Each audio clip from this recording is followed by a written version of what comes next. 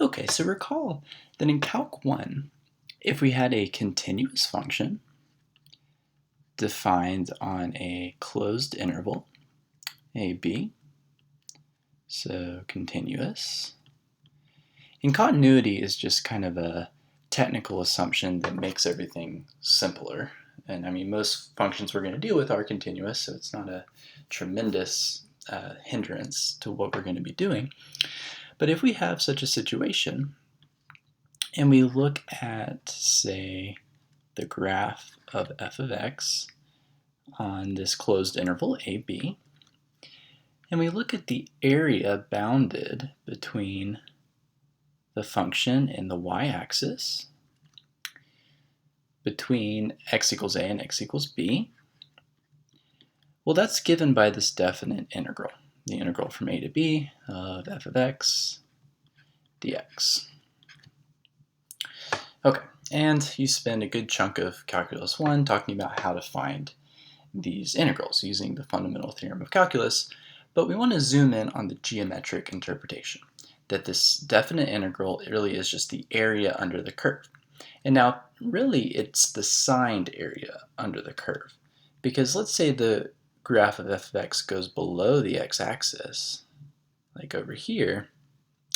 Well, this area that's below the x-axis is considered to be negative.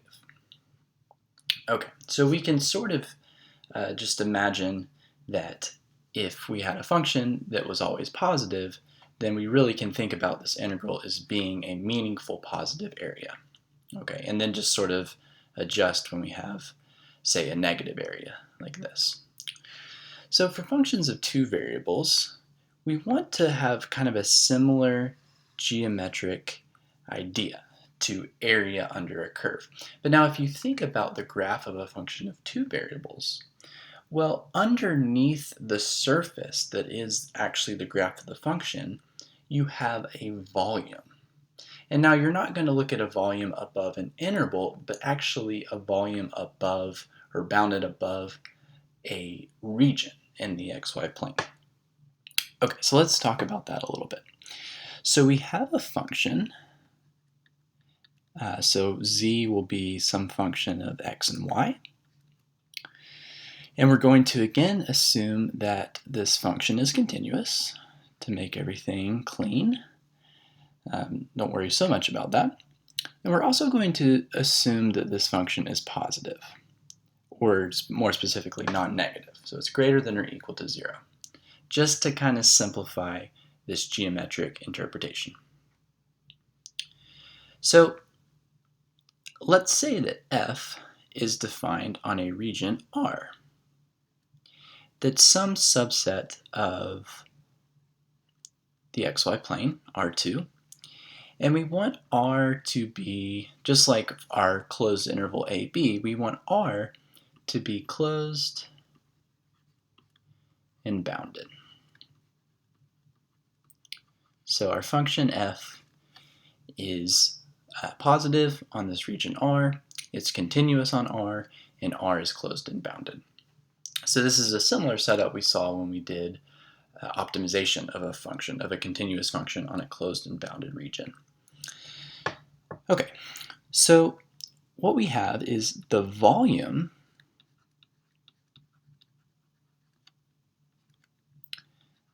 bounded between the region R and the graph or the surface of fxy is given by, well, this is just symbolic. Okay, so I'm going to write two integral signs to signify that in the domain there's actually two variables. I'm going to put this r underneath, so this is like the double integral over this region R of the function. And then I'm going to put dA. And now what is dA? dA is just a small area region. And so the notation here is actually kind of suggestive of what we're going to do to kind of compute this volume. And now I haven't really done anything. All I've said is that, given a function defined on a region, closed and bounded, this volume bounded between the region R and the graph of f is just symbolically notated by this double integral. Okay, so we want to think a little bit about how we would actually compute something like this, similar to how we did a Riemann sum for a definite integral of one variable.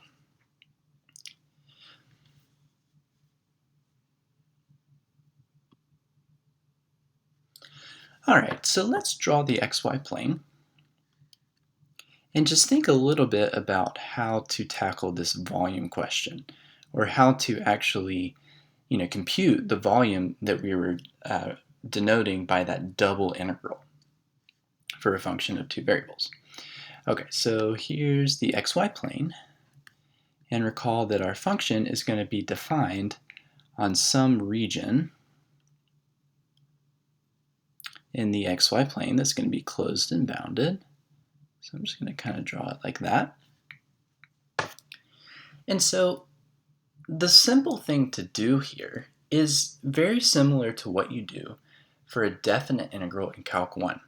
But instead of breaking up the interval into really small pieces, we need to break up this region into really small pieces. So what I'm going to do is just kind of cut this up into little tiny pieces, but I need to do it in both dimensions. So you see that if I cut up this region into little, just think about these as squares,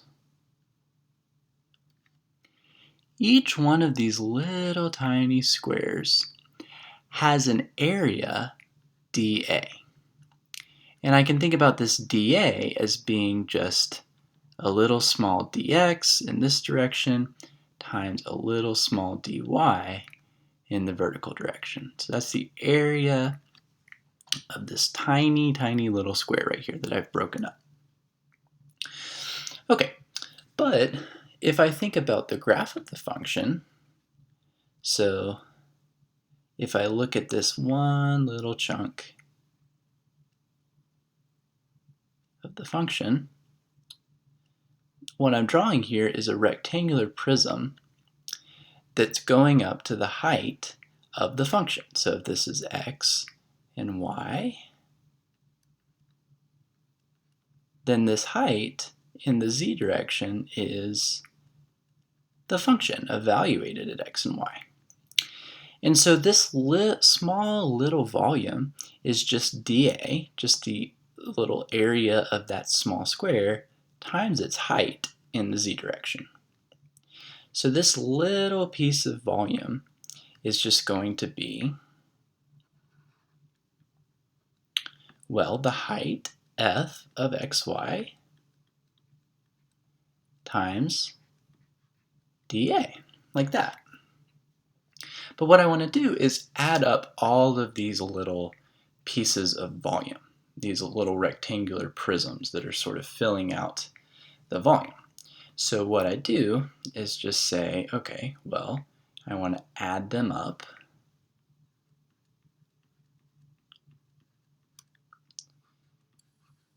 using this double integral. And so what do I mean by this double integral?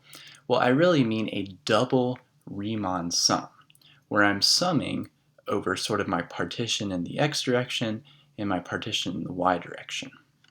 And so again, the way I would really compute this is by taking all of these function values and multiplying by these dAs, or these dx times dy's, and then adding all of them up. So that's sort of the naive way to do that. But what we're going to see is that there's actually a better way to actually compute this double integral, or this volume bounded between the graph of a function over a region. And that's using the idea of an iterated integral.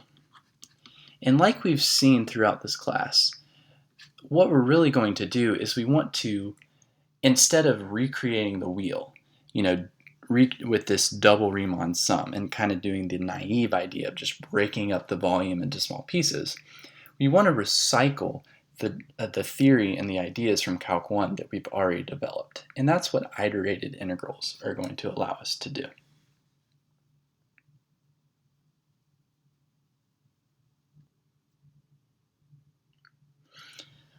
Okay, so recall that our setup is we have a function of two variables, and we're assuming it's positive or non-negative. We're assuming that it's continuous. And it's defined on a closed and bounded region R. And so the idea is that we can think about R in the xy plane as being, well, either bounded between two functions of x or two functions of y. And so I'm going to think about this region, and this is a slight simplification, but it actually is pretty general.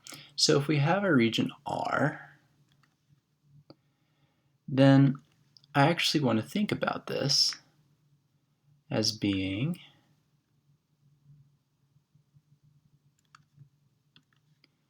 bounded between two functions of x and y. So here's x equals a, here's x equals b, and so this top function, let's call this g1 of x, and this bottom function, let's call it g2 of x. Okay, and then I want to think about my region as being this area bounded between these two functions of x. Okay, so this is really what I'm calling R right here, this region. And most regions I can describe this way. I can describe them as sort of being bounded between one function of x and another function of x, or maybe one function of y and another function of y, but that's really going to be the same idea. So kind of without loss of generality, we'll assume that R is bounded between two functions of x like this. And here is the idea. Say that I fix a number x between a and b. So here's my number x. So fix x. So for fixed x,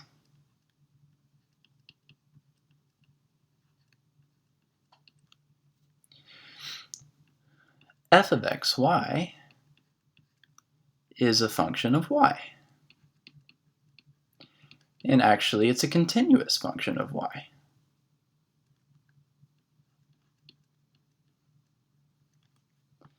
And it's also defined on the closed interval. Well, so I'm sort of cutting my function right here for a fixed x. I'm just fixing an x value there. And it's going from, well, g2 of x all the way to g1 of x. And again, this is for a constant x. This is very much similar to what we did with partial derivatives. We're just fixing an x value. And we're treating x as a constant and letting y vary from wherever it varies. Well, it goes from whatever this number g2 of x all the way to g1 of x. But just think about the Calc 1 idea. I can now find the area underneath the graph of my function fxy along this small little line right here.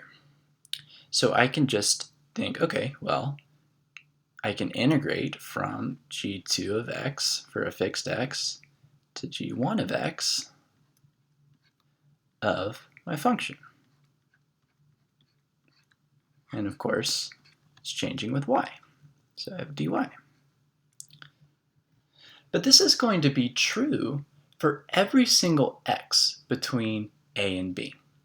So this itself actually gives me a function of x from a to b. So this is really amazing. So you should see the analogy between doing this and doing partial derivatives. Because with partial derivatives, we also fixed a variable and just thought of the other variable as changing. Here we're fixing an x and thinking about y changing, and adding up the area underneath that curve.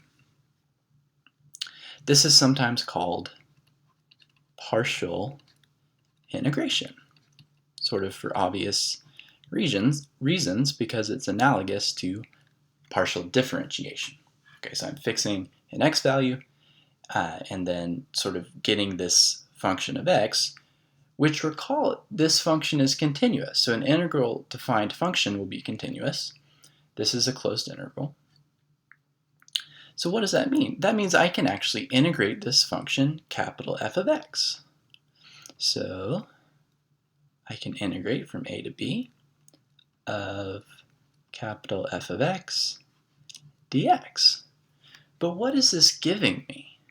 Remember that the output here, so I pick an x value, and I'm getting an area underneath this curve. But that means if I add up all of these x values, I'm adding up all of these areas between a and b. And what that's going to do is give me the volume under the region. So this is actually equal to the volume that we want.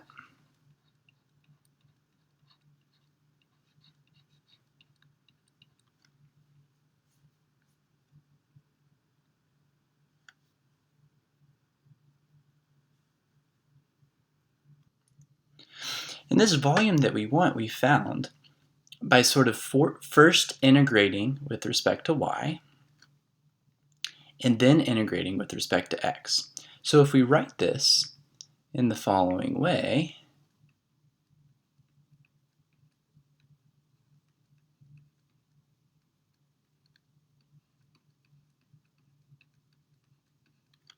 we have first dy, then dx.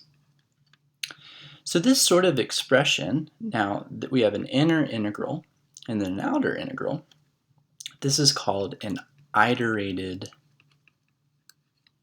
integral. And the way it works when you see an iterated integral like this is you start with the innermost integral and you treat x as a constant. So x is in the outer integral, so I'm going to treat x as a constant. I find an antiderivative of the inside, evaluate from this function of x up to this function of x. Then I deal with the outer integral. Then I take the antiderivative with respect to x and evaluate it b and a, the limits like that.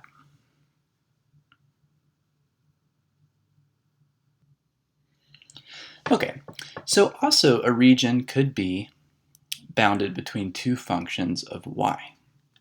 So it could look something like this as well.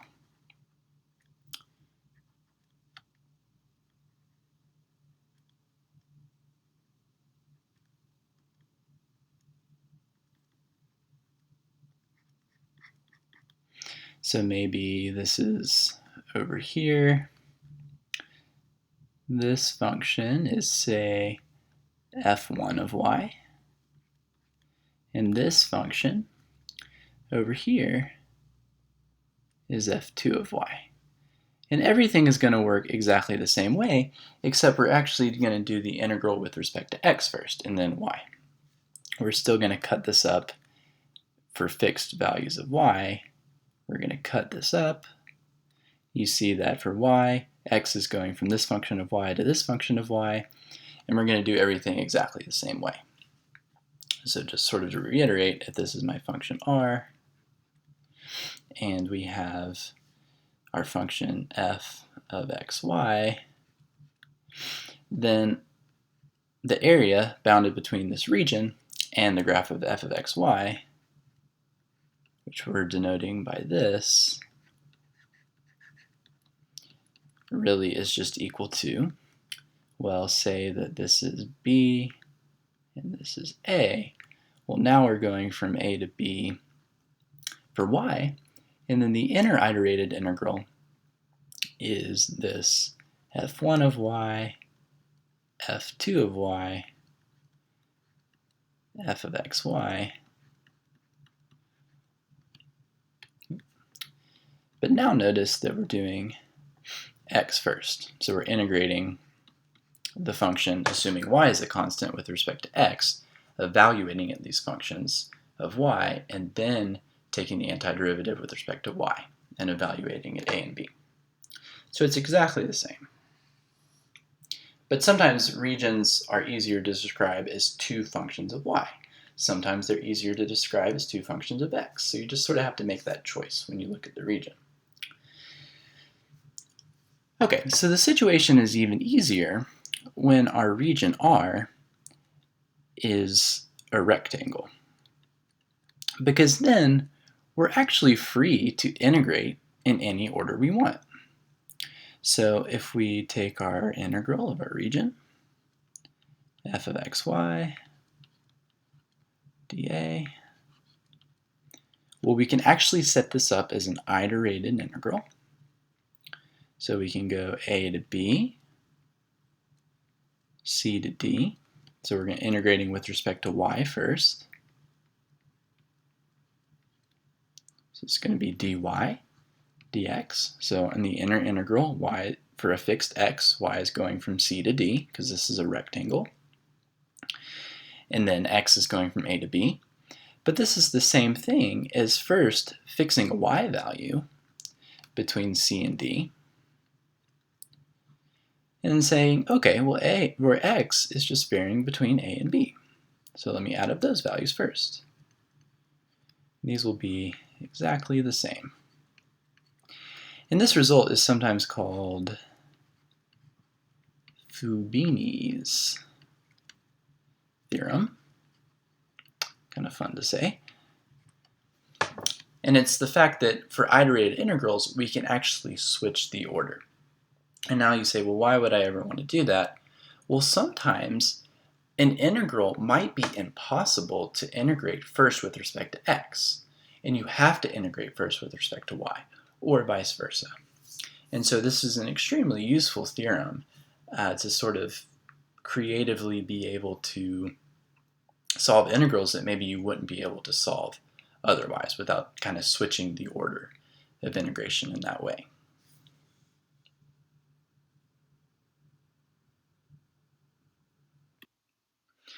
All right, so the last thing we want to talk about in this lecture is a couple applications of the double integral. So again, let's say we have a region R and a function that's continuous on R.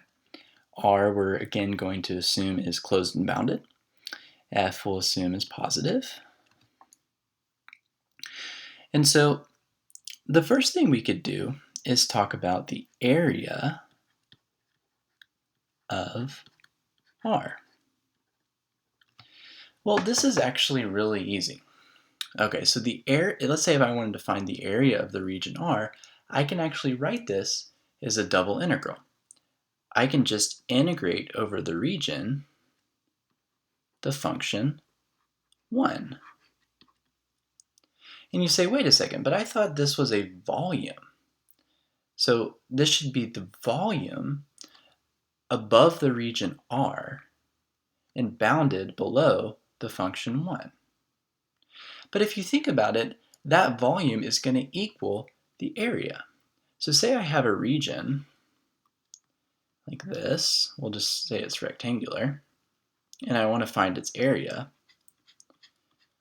Well, the area is going to be equal to the volume of the region above the area that has a height 1 above it. So if this height here is 1, and this is our region R, then the volume here is going to equal the area of the region. So that's the idea here. So if we integrate this function 1, numerically we actually are giving the area of the region. Okay, so the next thing we can talk about now that we know, a quick and easy way to find the area of a region is the average value of a function. So this is something that you talked about in Calc 1 too, and the idea is pretty simple. So the average value of f over the region R, and we'll have the same kind of assumptions on f and R. F is going to be continuous and not negative, and R will be closed and bounded, well, all you do is just take the double integral of f over R and divide by the area. So sometimes you'll see for average value there's different notations, but you can say like f bar, so it's like the average of f, is just the integral over R of f,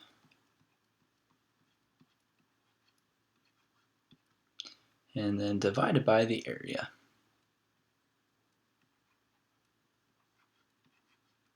And now notice here for the area, I'm not explicitly writing this 1.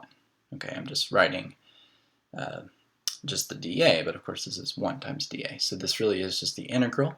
So I'm adding up all of the function values and then dividing by the area of the region. So it's kind of a very natural definition for the average value of a function over a region. And this has a lot of really useful applications. Things like finding the center of mass. The center of mass is essentially the average value of the x-coordinates. The y center of mass is going to be the average value of the y-coordinates, etc.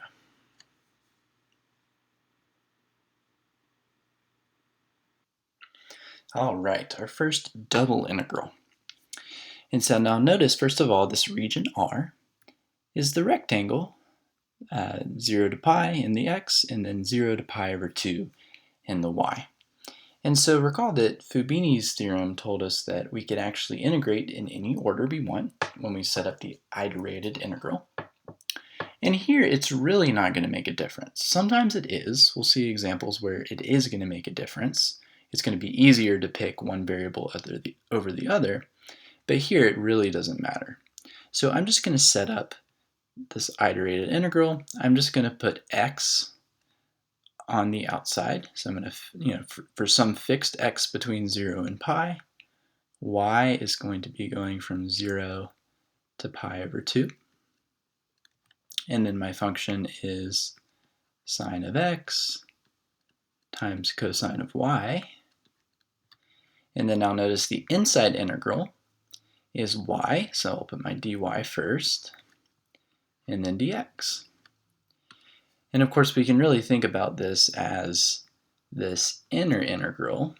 We're just going to do this first, and then our output is going to just be a function of x, and then we'll do that integral next. And that's going to be equal to the volume bounded between this rectangular region and the graph of this function, sine x times cosine y. Okay, so let's just do the inner integral first. This is with respect to y, so I can treat sine x as a constant. So I just want an antiderivative of cosine y. Well, that's going to be sine y. So we have the integral from 0 to pi of, well, sine x, and then we have sine y evaluated from 0 to pi over 2, and then dx. So sine y evaluated from pi over 2 to 0 is sine of pi over 2 minus sine of 0, but that's just 1 minus 0, which is 1. So this is just the integral of sine x dx from 0 to pi. And we need an antiderivative of sine x. Well, that's going to be negative cosine x. And we just evaluate from 0 to pi. Okay, so we have minus, and then cosine of pi is negative 1, and then cosine of 0 is 1. So this is going to be 2. And that's the volume bounded between this region and the graph of this function.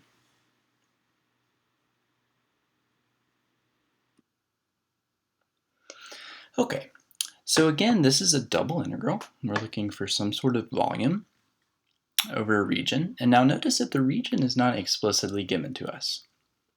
It's somehow encoded in our limits of integration here. So somehow I'm fixing a y value between 0 and 1, and then letting x go between y and 1. So let's actually just sketch the region here, just so we can visualize it. This is a very important skill to practice, and it's a really good habit when you're doing a double integral, whether you're explicitly given the region or not, to kind of sketch what the region looks like. So we know y is going between 0 and 1. So here's 1 in the y. And then, well, y is going from 0 to 1. Well, x is going from the line x equals y to x equals 1. So x equals 1 is over here. And then the line x equals y is right here, like this. It's not supposed to be bent. So this is the line x equals y. And then here's x equals 0. And then down here is y equals 0. Okay, and then our region is inside this triangle. Okay, so you see that I'm fixing a y value, say here, and then x is going from that y value all the way to 1, like that. So it's going between y and 1, like that. All right, so there's our region. But now look at this inner integral right here. I'm integrating the function e to the x squared dx. I need to find an antiderivative of e to the x squared with respect to x. Well, let me just say good luck doing that. There is actually no elementary antiderivative of e to the x squared. You can try. I encourage you just to believe me. You could be here all day trying to think about it. So what are we going to do? I don't know how to evaluate this inner integral with respect to x. Well, here's the idea. This is where Fubini's theorem becomes essential. So what we're going to do is we're going to switch the order of integration. So this integral is actually equal to the double integral of e to the x squared if I first integrate with respect to y and then integrate with respect to x. But now what I need to do is change my limits of integration so I'm still describing the exact same region. Well, now on the outside, the outer integral, I'm fixing an x value. So let's fix an x value in our region between 0 and 1. So we see that x really goes between 0 and 1. And then where does y go? Well, y is starting at 0 and going all the way up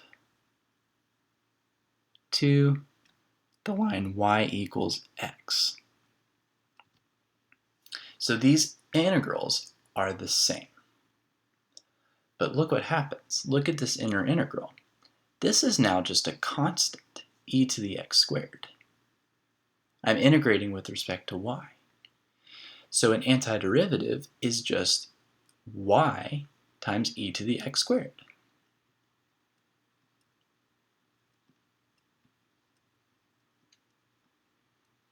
Evaluated from 0 to x. But y evaluated from 0 to x is just x. So this is just the integral from 0 to 1 of x e to the x squared dx. So this integral looks very similar to the one we started with respect to x, but there's this essential piece that's now shown up, this x. This is going to allow us to do a u substitution. So if we let u equal x squared, and du is 2x dx, or in other words, x dx is equal to du divided by 2. So this integral, now we can change our limits as well. So if x is 0, u is 0. If x is 1, u is just 1 squared, which is 1. And here we have a factor of 1/2 from the substitution. And then we just have e to the u du.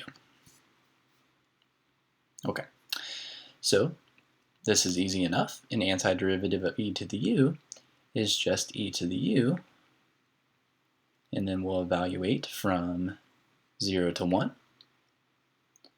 And this is just 1/2 times e minus 1. So this is the volume bounded between the graph of this function and this triangular region right here. And this is an example where we absolutely had to integrate with respect to y first, even at the cost of switching the order of integration, redescribing our region and our limits of integration, which it was a little bit more work, but it was necessary to actually be able to evaluate the integral.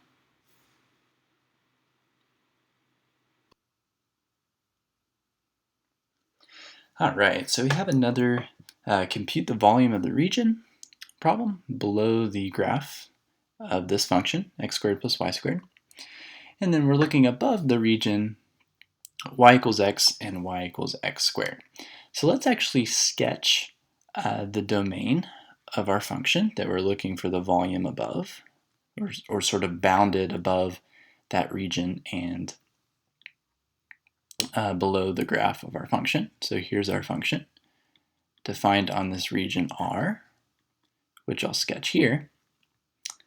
So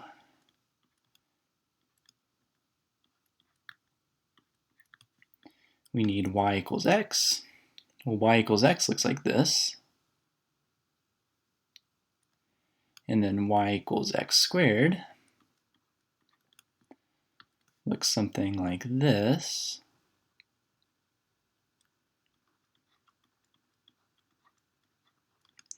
So the region bounded between y equals x and y equals x squared is right here. Okay, so there's sort of our domain of integration that we need to describe to set up our double integral to compute this volume. So we know that we want to compute this double integral, and we want to use an iterated integral. So it's not really going to matter whether we integrate with respect to x or y first. I'm going to fix an x value first. Okay, so notice, let me fix an x value between 0 and 1. And then where is y going? Y is starting at x squared and going all the way to x. So for an fixed x value between 0 and 1, y is going between x squared and x. And then our function is x squared plus y squared. We're integrating with respect to y first, and then x. Okay, so that's how the setup goes. We sketch our region here, bounded between these two functions. Then we want to kind of pick an order of integration. A lot of times it's not going to matter. Sometimes it might be easier to do x first or y first. That just kind of comes with looking at different examples. So we're just doing y first. So we fix an x value between 0 and 1. We're going to integrate from x squared to x. That's going to give us a function of x. Then we take that function of x that gives us this area and add up all of these areas from x equals 0 to x equals 1. Pretty straightforward, but definitely takes a little bit of time to get comfortable with the method and sort of visualizing the different regions that can come up. Okay, so this is pretty straightforward. So what we want to do here is just evaluate this inner integral. So what do we have? Well, we just need an antiderivative. We're treating x as a constant. So we have x squared y is an antiderivative with respect to y. And then we have y cubed over 3. Then we'll evaluate this from x squared to x. Like that. Okay? So what do we get? Well, we have the integral from 0 to 1. And so first we're going to evaluate x for y. So we'll have x cubed, and then plus x cubed over 3, and then minus, well, we need to evaluate y and then an x squared. We'll have x to the 4th, and then minus x to the 6th over 3. Perfect. So now, let's see. We just need to take an antiderivative of this function with respect to x. So what do we get? Well, this is going to be x to the 4th over 4. This is going to be x to the 4th over, well, 4 times 3 is 12. And then minus x to the 5th over 5. And then plus, or minus, x to the 7th over 21. And then all of this we're going to evaluate from 0 to 1. But plugging in 1, all of these x's are just going to be 1, and plugging in 0, we're going to get 0. So our answer should be 1/4 plus 1/12 minus 1/5 minus 1/21. And so you can either exercise your ability to add fractions, in this case, or maybe use a calculator. Let's actually add the fractions together. This isn't too bad. So 1/4 plus 1/21, or sorry, 1/4 plus 1/12. Well, 1/4 is 3/12. So that looks like 4/12. So in other words, this is going to be 1/3 right here. 1/3. Okay, and then, well, if we want to get a common denominator between 5 and 21, we're probably just going to have to take 105. Okay, so this is going to be 21 over 105, and this is going to be 5 over 105. So 21 plus 5 is going to be 26 over 105. So it looks like our answer is 1/3 minus 26 over 105. Okay, so now we want to get a common denominator between 3 and 105. Well, let's see. So I think 3 times 35 is going to be 105. So we can rewrite this as 35 over 105. Okay, so 35 over 105 minus 26 over 105 is going to be what? That's just going to be 9 over 105. But we already saw that 105 is 3 times 35, so this should be 3 over 35. And again, well, maybe you could have just used a calculator, but it's a good mental exercise to add fractions every once in a while.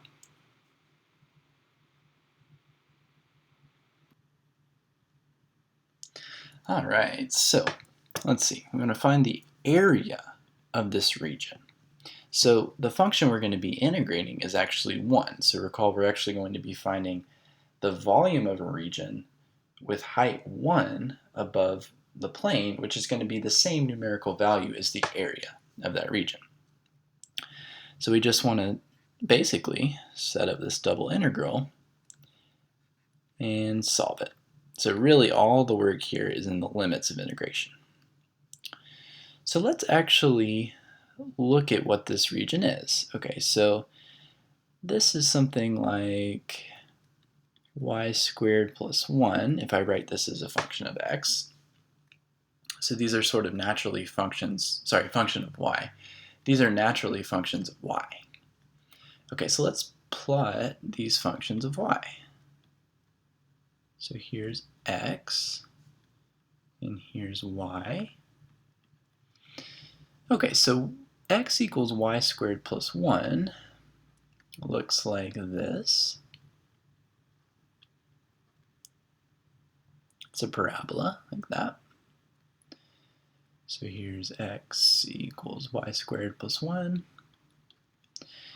And then x equals y plus 3. Well, if you prefer, you can plot it actually as y equals x minus 3. So the y-intercept will be 3 down here. And it'll have a slope of 1.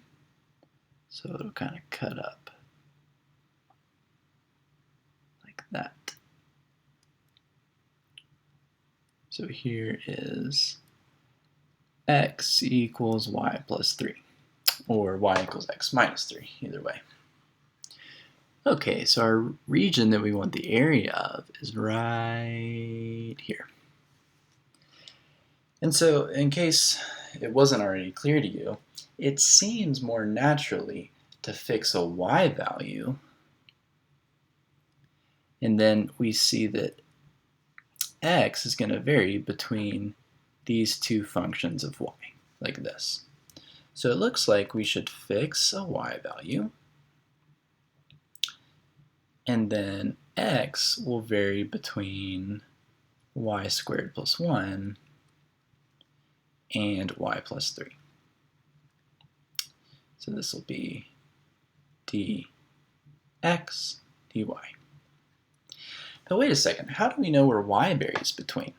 Well, y is going to vary from kind of this point to this point up here. But what are those two y values? Well, we need to see what the intersection of these two curves are, essentially. So let's just set them equal to each other. Let's set y squared plus 1 equal to y plus 3 and see what happens. Okay, so we can subtract a y. We get y squared minus y, subtract 3 minus 2. And I believe this will factor as y plus